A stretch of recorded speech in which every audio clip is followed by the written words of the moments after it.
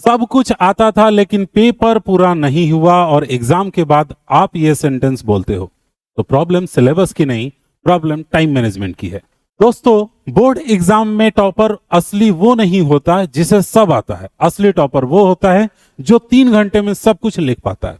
आज की इस वीडियो में मैं आपको बताऊंगा 3 घंटे का पूरा डिवीजन कैसे करेंगे, कौन सा क्वेश्चन पहले करना है, एमसीक्यू, शॉर्ट, लॉन्ग आंसर का टाइम मैनेजमेंट और वो गलती जो पेपर अधूरा छोड़ने के लिए सब कर देते हैं। वीडियो एंड तक जरूर देखिएगा क्योंकि ये स्ट्रेटेजी सीधे मार्क्स बढ़ाएगी। दोस्तों नमस्कार, मेरा नाम विकास कुमार और आपका स्वागत है एक और इंपॉर्टेंट वीडियोस में, जिसमें मैं बोर्ड एग्जाम में मार्क्स कट करने के जो भी आसान तरीके हैं, मतलब जिससे आप अपने मार्क्स गंवा देते हैं, पेपर आप अधूरा छोड़ देते हैं और वो सारी गलतियां जो 90% स्टूडेंट करते हैं, आज हम सीखेंगे पेपर को स्मार्ट तरीके से कैसे कंप्लीट करिएगा, बिना पैनिक हुए, बिना रस किए। तो चलिए शुरू करते हैं। सबसे पहला नंबर जो आपको चीज याद रखना है तो वो ये है कि बोर्ड एग्जाम में आपको कोई भी एक्स्ट्रा मार्क्स नहीं देने वाला है। क्या नहीं देने वाला है? Extra marks. क्यों एक्स्ट्रा मार्क्स देगा कोई? आपने एक आंसर पे पूरा मेहनत किया, खूब बढ़िया से लिखा और बाकी के क्वेश्चंस को क्या किया आपने? छोड़ दिया। तो इस पे आपको दोनों नंबर जो सवाल आपने छोड़ दिए हैं, इनके नंबर जोड़कर नहीं मिलने वाले हैं। एग्जामिनर प्रेफर क्या करेगा कि सभी क्वेश्चंस के आंसर उसको चाहिए, एवरेज ही आंसर हो चलेगा, नीट प्रिपरेशन मतलब क्लियर लिखा हुआ हो। तो ये आपको अटेम्प्ट करना है। अटेम्प्ट परफेक्शन यही होगा कि आपको सभी क्वेश्चंस को, भले ही आप एवरेज ही लिखें, बट सबको अटेम्प्ट करना है, ना कि आप आधे क्वेश्चंस छोड़ दें और आधे में आपने लिख दिया, खूब बढ़िया से लिखा, खूब टाइम लगाया, नंबर आपके कम ही रहेंगे। अब हम बात करेंगे 3 घंटे के टाइम मैनेजमेंट के गोल्डन रूल के बारे में। उम्मीद है ये आप अच्छे से समझ गए होंगे। तो दोस्तों 3 घंटे के जो ये गोल्डन रूल है, इसको मैंने टोटल 3 पार्ट में बांटा हुआ है। सबसे पहले नंबर पार्ट के बारे में बात करते हैं, जो कि हमारा पहला 15 मिनट होने वाला है। ठीक है, तो ये टोटल आपका 180 घंटे का होता है, जिसमें पहले 15 मिनट में आपको काम करना है रीडिंग टाइम। पूरा क्वेश्चन आपको पढ़ना है।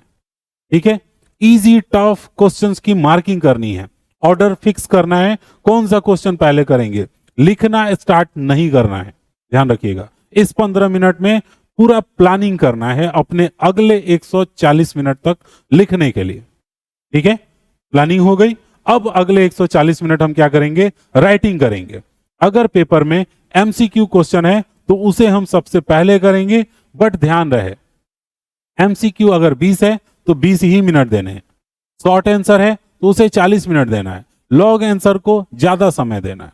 इस तरह से आपको करना है। जो भी टाइम है अपना इसमें डिस्ट्रीब्यूट करना है। एक एमसीक्यू में 1 से 2 मिनट से ज्यादा समय नहीं देना है।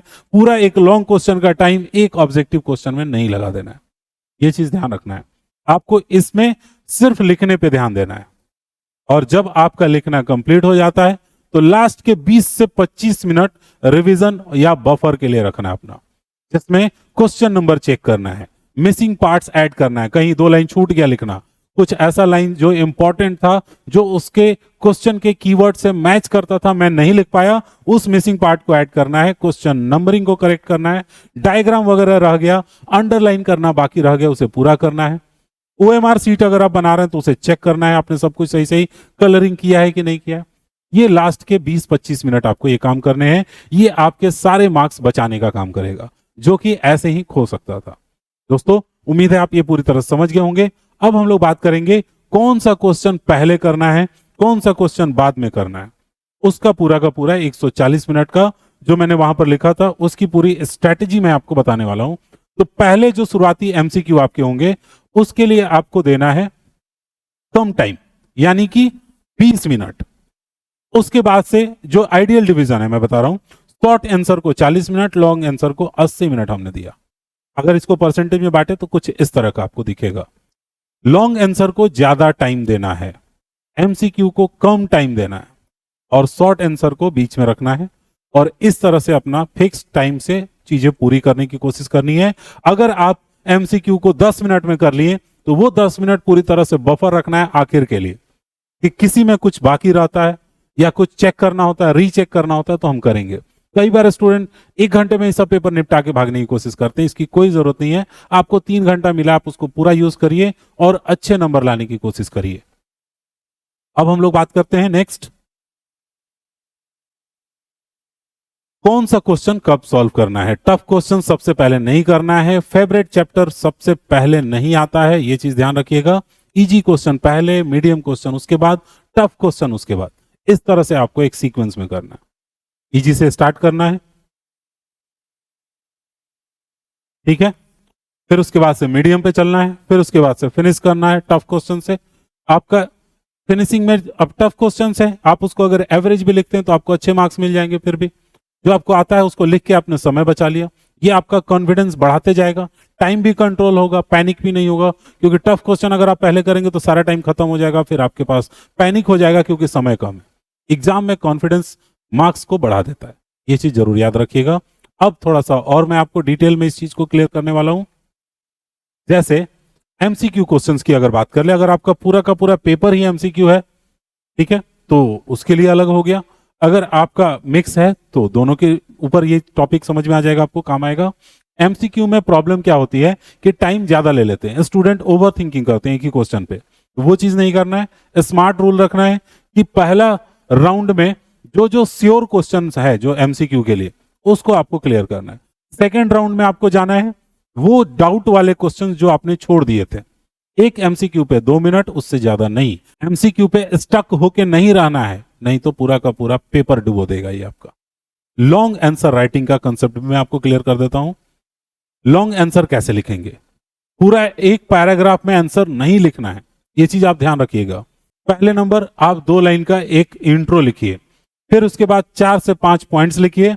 अगर उसमें डायग्राम फिगर वगैरह बनाने की जरूरत है बनाइए, फिर उसके बाद लास्ट में कंक्लूजन।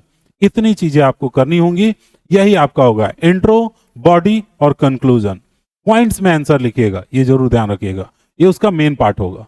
आइडियल टाइमिंग क्या होता है, तो आपका 8 से 10 मार्क्स का अगर क्वेश्चन है तो 12 से 15 मिनट देना है, 5 मार्क्स का क्वेश्चन है तो 6 से 7 मिनट देना है, और उसी में इस चीज को पूरा करने की कोशिश करनी है, ठीक है। यही लॉन्ग आंसर बैकबोन होते हैं आपके आंसर सीट के। तो ये सबसे बड़ी गलती हो जाती है, स्टूडेंट 20-20 मिनट लगा देते हैं, 20-20 मिनट एक क्वेश्चन पे नहीं लगाना है। 12 से 15 मिनट के अंदर 8 से 10 मार्क्स का आपका क्वेश्चन पूरा हो जाना चाहिए, और जो भी 5 मार्क्स के क्वेश्चन है वो 7 मिनट के अंदर होने चाहिए। ये स्मार्ट टेक्निक है। 2 लाइन का इंट्रोडक्शन, 4-5 लाइन का पॉइंट, डायग्राम, कंक्लूजन, पूरा हो गया। अधूरा आंसर भी लिखेंगे बट खाली मत छोड़िएगा, ये ध्यान रखिएगा, जितना आता है उतना लिखेंगे। अब हम लोग बात करते हैं कि पैनिक होने से क्या नुकसान होता है। अगर आप पैनिक होते हैं तो आपका सबसे पहले नंबर हाथ कांपने लगेगा। ये पहचान है, मैं बता रहा हूं पैनिक क्या करता है। आपका हाथ हिलने लगेगा, स्पीड खराब हो जाएगी आपकी, माइंड ब्लैंक हो जाएगा, आप सही समझ ही नहीं पाएंगे क्या लिखना है। अगर ऐसा कुछ हो रहा है तो मैंने कुछ फॉर्मूला रखा है, इसको अपनाइए। सबसे पहले नंबर, लंबी लंबी सांसें लीजिए, डीप ब्रेथ जिसको बोलते हैं। स्किप दैट क्वेश्चन, उस क्वेश्चन को छोड़ ही दीजिए एकदम जो आपको ज्यादा परेशान कर रहा है। मूव टू नेक्स्ट, अगले क्वेश्चन पे जाइए। पेपर नहीं छोड़ना है, क्वेश्चन छोड़ना है, समझ गए। पूरा पेपर खराब करने से बढ़िया है एक क्वेश्चन छोड़िए और आगे बढ़िए, ठीक है। अब मैं आपको लास्ट में एक सबसे इंपॉर्टेंट चीज बताने वाला हूं जो कि आपका गेम चेंजर हो सकता है। दोस्तों, ये लास्ट के 10 मिनट ये काम जरूर करिए। क्वेश्चन नंबरिंग को चेक करिए, मिसिंग डायग्राम्स को ऐड कीजिए, कीवर्ड्स को अंडरलाइन कीजिए, पेज नंबरिंग वेरीफाई कीजिए सही से नंबरिंग हुए है कि नहीं। 5 से 10 मार्क्स इजीली आप बचा सकते हैं। इसमें क्या क्या करना है मैं आपको ये पीडीएफ दे दूंगा, आप इसको दोबारा से रिवाइज देख लीजिएगा, प्रिंट करके देख लीजिएगा, जैसे मर्जी आपकी। अपना प्रिपरेशन अच्छा रखिएगा। मेरी पूरी कोशिश यही है कि मैं जितना आपका हेल्प कर सकूं आपके बोर्ड एग्जाम में, वो मैं करने की कोशिश कर रहा हूं। अब मैं एक क्विक रिवीजन करा देता हूं। सबसे पहले नंबर, राइटिंग से पहले प्लानिंग करना है हमें, उम्मीद है आप ये समझ गए होंगे। फिर उसके बाद से इजी, मीडियम, टफ, इस तरह से आपको क्वेश्चंस मार्किंग करने के बाद लिखना शुरू करना है। एक क्वेश्चन का फिक्स टाइम होगा, उससे ज्यादा उसको टाइम नहीं देना है, भले ही वो थोड़ा सा 2 लाइन कम ही क्यों ना लिखा है। दूसरे क्वेश्चन में लगना है। नो ओवर थिंकिंग, एक ही क्वेश्चन पे अटक के सोचे जा रहे हैं, नहीं करना है। रिवीजन कंपलसरी है, रिवाइज करिए, रिवाइज करके जाइए एग्जाम में, ताकि आप अटकने का नौबत ना आए। दोस्तों, बोर्ड एग्जाम में मार्क्स कम नहीं आते, मार्क्स छूट जाते हैं जो स्टूडेंट टाइम मैनेजमेंट करना सीख जाता है वही स्टूडेंट एवरेज नॉलेज में भी अच्छा स्कोर कर लेता है। अगर आज ये स्ट्रैटेजी अप्लाई करेंगे तो अगला एग्जाम पहले से बेहतर होगा। वीडियो अगर हेल्पफुल लगा हो लाइक शेयर सब्सक्राइब जरूर कर लीजिएगा। मिलते हैं अगले वीडियो में एक और इंफॉर्मेशन के साथ, तब तक सीखते रहिए।